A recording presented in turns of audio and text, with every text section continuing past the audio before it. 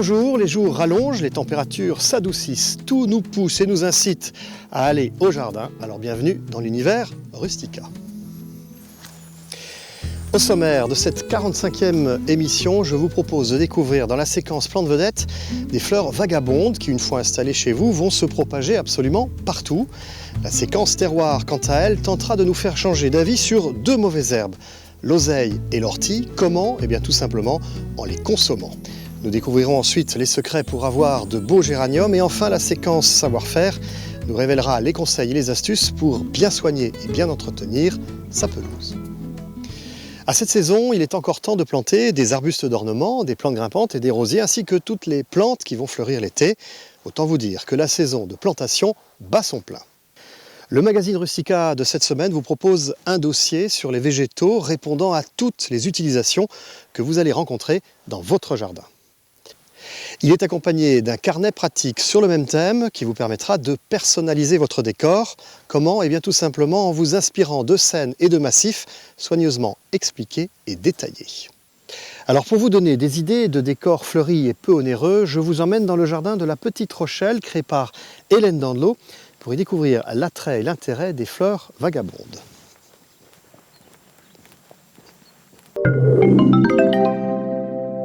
Se procurer des plantes pour fleurir son jardin s'avère parfois coûteux à l'achat. Savez-vous qu'il existe des fleurs qui se ressèment toutes seules et d'autres qui prolifèrent très vite? Des espèces particulièrement économiques pour fleurir les abords de sa maison comme son jardin. La lunaire ou monnaie du pape est une plante vivace qui s'accommode de tous les sols. Elle possède un feuillage vert et une hampe florale qui atteint 80 cm à 1 mètre de haut. Les fleurs mauves s'épanouissent du mois d'avril jusqu'en juillet. Elles donnent naissance à des fruits de forme elliptique, d'abord verts puis nacrés, qui produisent des graines qui, si on les laisse arriver à maturité, vont se ressemer et donner une multitude de nouveaux sujets. Il existe aussi une variété à floraison blanche, beaucoup plus rare mais très lumineuse dans un massif. Le myosotis, un grand classique des massifs printaniers, connu pour sa floraison bleu ciel d'avril à juin, produit lui aussi des graines si l'on prend soin de ne pas supprimer les fleurs. Au jardin, les myosotis et les monnaies du pape s'accommoderont d'une ombre légère et de la proximité d'arbustes d'ornement, au pied desquels vous pourrez planter la jacinthe d'Espagne. Cette plante bulbeuse est particulièrement prolifique et produit une hampe florale de 30 cm de haut, portant une multitude de petites clochettes bleu ciel. Elles s'épanouissent d'avril à juin. Autre plante qui colonise rapidement tous les types de sols, l'ail à triangle. On doit son nom à la forme triangulaire de sa tige qui porte des petites fleurs blanches en clochettes et qui s'épanouissent d'avril jusqu'au mois de juin. Enfin, le pavot d'Islande se ressème indifféremment à l'ombre, comme ici, ou au soleil. Sa fleur orange rappelle le coquelicot.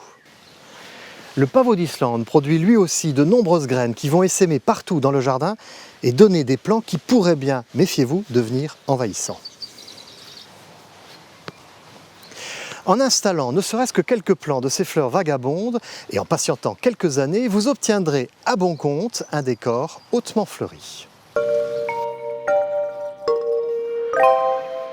Nous allons maintenant découvrir la facette cachée et inhabituelle de deux plantes indésirables rencontrées dans les chemins et dans nos campagnes. Ces plantes qualifiées de mauvaises herbes ne sont pas si mauvaises que cela puisqu'elles se consomment. Deux d'entre elles sont d'ailleurs à la carte du restaurant Les Tourelles au Crotoy dans la baie de Somme, à l'initiative des chefs Philippe Carré et Ludovic Dupont. Ce dernier va d'ailleurs nous décrire les saveurs cachées de l'ortie, mais aussi de l'oseille sauvage, appelée plus communément rumex. Par rapport au rumex, on ne peut pas trop se tromper. Il suffit simplement de la prendre, de la sentir. Et puis là, on sent vraiment ce petit côté acide de l'oseille sauvage. On la reconnaît aussi avec ses grands fruits. Quand elle prend une place importante dans la nature, c'est vrai que ça fait quand même une plante qui fait pratiquement 60 cm, 70 de haut. Donc quand elle est montée, on ne peut pas se tromper. Il faut en consommer non pas tous les jours, mais en faible quantité. Et ça suffit amplement car au niveau du goût, c'est tout de même assez puissant. Et ce sont les jeunes pousses qui ont le plus le goût acide comparativement aux grandes feuilles. Une fois qu'on cueille une feuille de rumex, il faut l'utiliser dans les 2 ou 3 heures car la feuille se flétrit et perd beaucoup de ses vitamines très rapidement. On va utiliser le rumex monté, faire une petite préparation de pâte à crumble et ça va donner ce petit côté croustillant, légèrement acide. En général dans l'ortie on utilise beaucoup la jeune pousse. Nous on va utiliser justement tous les fruits de l'ortie parce qu'il y a quelques années, plusieurs dizaines ou centaines d'années, les fruits remplaçaient le blé, donc on s'en servait comme farine à la base. Donc c'est pour ça qu'on va élaborer une recette là-dessus et c'est ce petit côté croquant, croustillant de l'ortie qui va faire une valeur ajoutée au plat. Bon, l'avantage de l'ortie montée, c'est que déjà il pique moins. Comme vous pouvez le constater, là je touche, ça frissonne un petit peu certes, mais je ne suis pas réellement piqué. Par contre, alors il faut toujours la prendre par le dessous. Les feuilles, en fin de compte, le piquant des feuilles se trouve sur le dessus. C'est légèrement piquant, ça va bien raviver notre futur plat. Et l'intérêt, c'est vraiment sa teneur en vitamines, surtout quand elle est jeune. Elle en perd un peu en vieillissant, mais elle est 6 fois plus vitaminée qu'un citron. L'ortie est très riche en calcium, potassium, fer. Et c'est vrai qu'avant, on l'appelait l'herbe à rhumatisme parce que les anciens, dès qu'ils avaient des problèmes de rhumatisme, justement, ils prenaient des feuilles d'ortie et ils se les frottaient sur les jambes. Et paraît-il que ça fonctionnait très bien. Quittons le monde des plantes sauvages pour découvrir et redécouvrir celui des plantes horticoles avec notamment l'une des fleurs phares de l'été, le géranium. Il existe de nombreuses espèces et variétés que l'on utilise pour le fleurissement des balcons et des terrasses. Pour réussir leur culture, je vais vous donner 5 secrets. Des secrets concernant la plantation, les bonnes compositions, les soins, le bouturage et l'hivernage. Je viens de les énoncer, les voici dans le détail. Installez quelques tessons au fond du pot en guise de drainage, dont un au-dessus du trou pour éviter que le terreau ne s'échappe. Remplissez un tiers du contenant avec du terreau de feuilles additionné d'1 ou 2 poignées de cornes broyées pendant que la motte des géraniums s'imbibe d'eau dans une bassine. Placez les plants sur le terreau et comblez les vides en tassant délicatement autour des mottes et complétez si nécessaire. Dans une jardinière, associez géranium, anthémis et pétunia pour diversifier les floraisons qui, régulièrement entretenues, embelliront fenêtres et balcons. Dans un grand pot, réunissez une collection de géranium odorant dont les feuilles dégagent des fragrances citronnées ou mentées au lait. Apportez un engrais liquide pour géranium dilué dans l'eau d'arrosage tous les 15 jours de mai à septembre. Supprimez les fleurs fanées très régulièrement en détachant la hampe florale de son point d'ancrage sur la tige. Prélevez des fragments de rameaux de 15 cm en été sur un sujet sain et vigoureux. Coupez soigneusement les feuilles de la base pour ne conserver qu'un bouquet de petites feuilles terminales.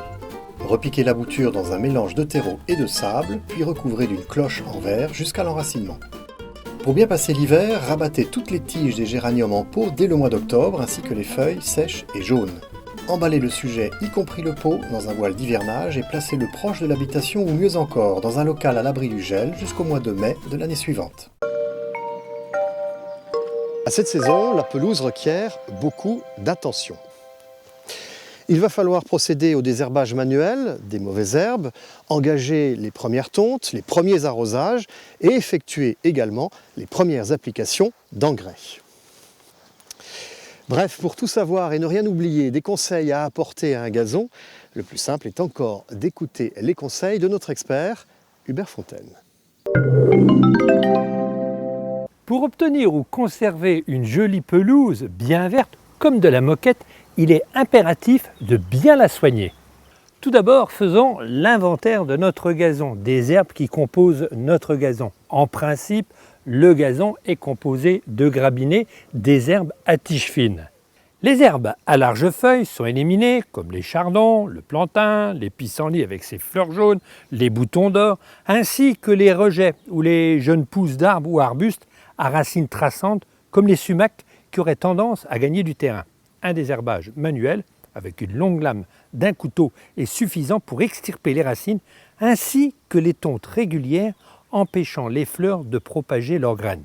En revanche, selon vos goûts, il est possible de laisser ou de garder quelques fleurettes au milieu de la pelouse, comme les pâquerettes, les violettes, voire même le trèfle, qui reste vert en période de sécheresse et qui, de plus est, nourrit le sol grâce à ses nodosités.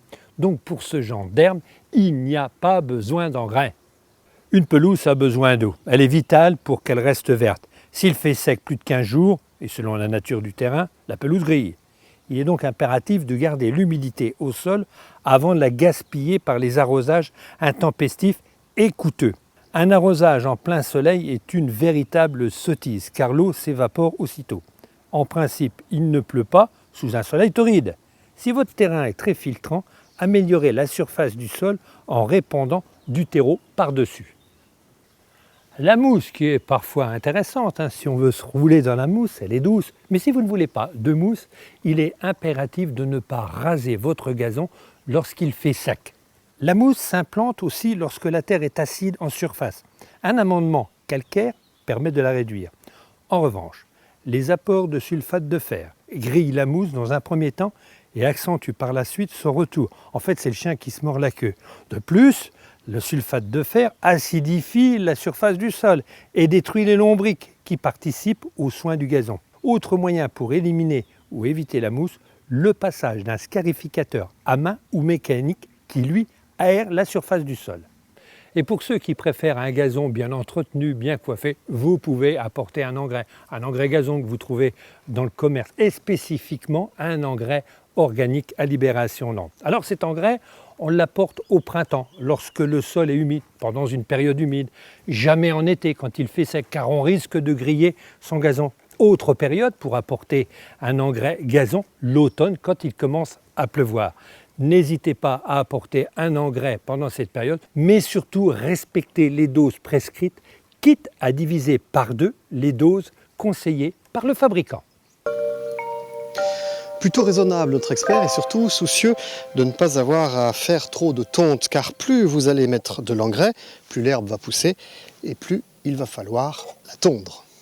Pour tout savoir sur le gazon et son entretien en 2016, rendez-vous dans le magazine Rustica de la semaine prochaine, dont le dossier lui est entièrement consacré.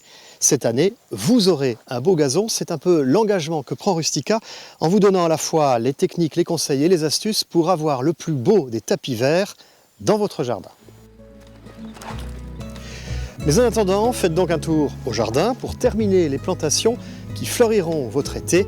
Et surtout, n'oubliez pas de nous retrouver pour le prochain numéro de Rustica Mag. Allez, on y va, viens.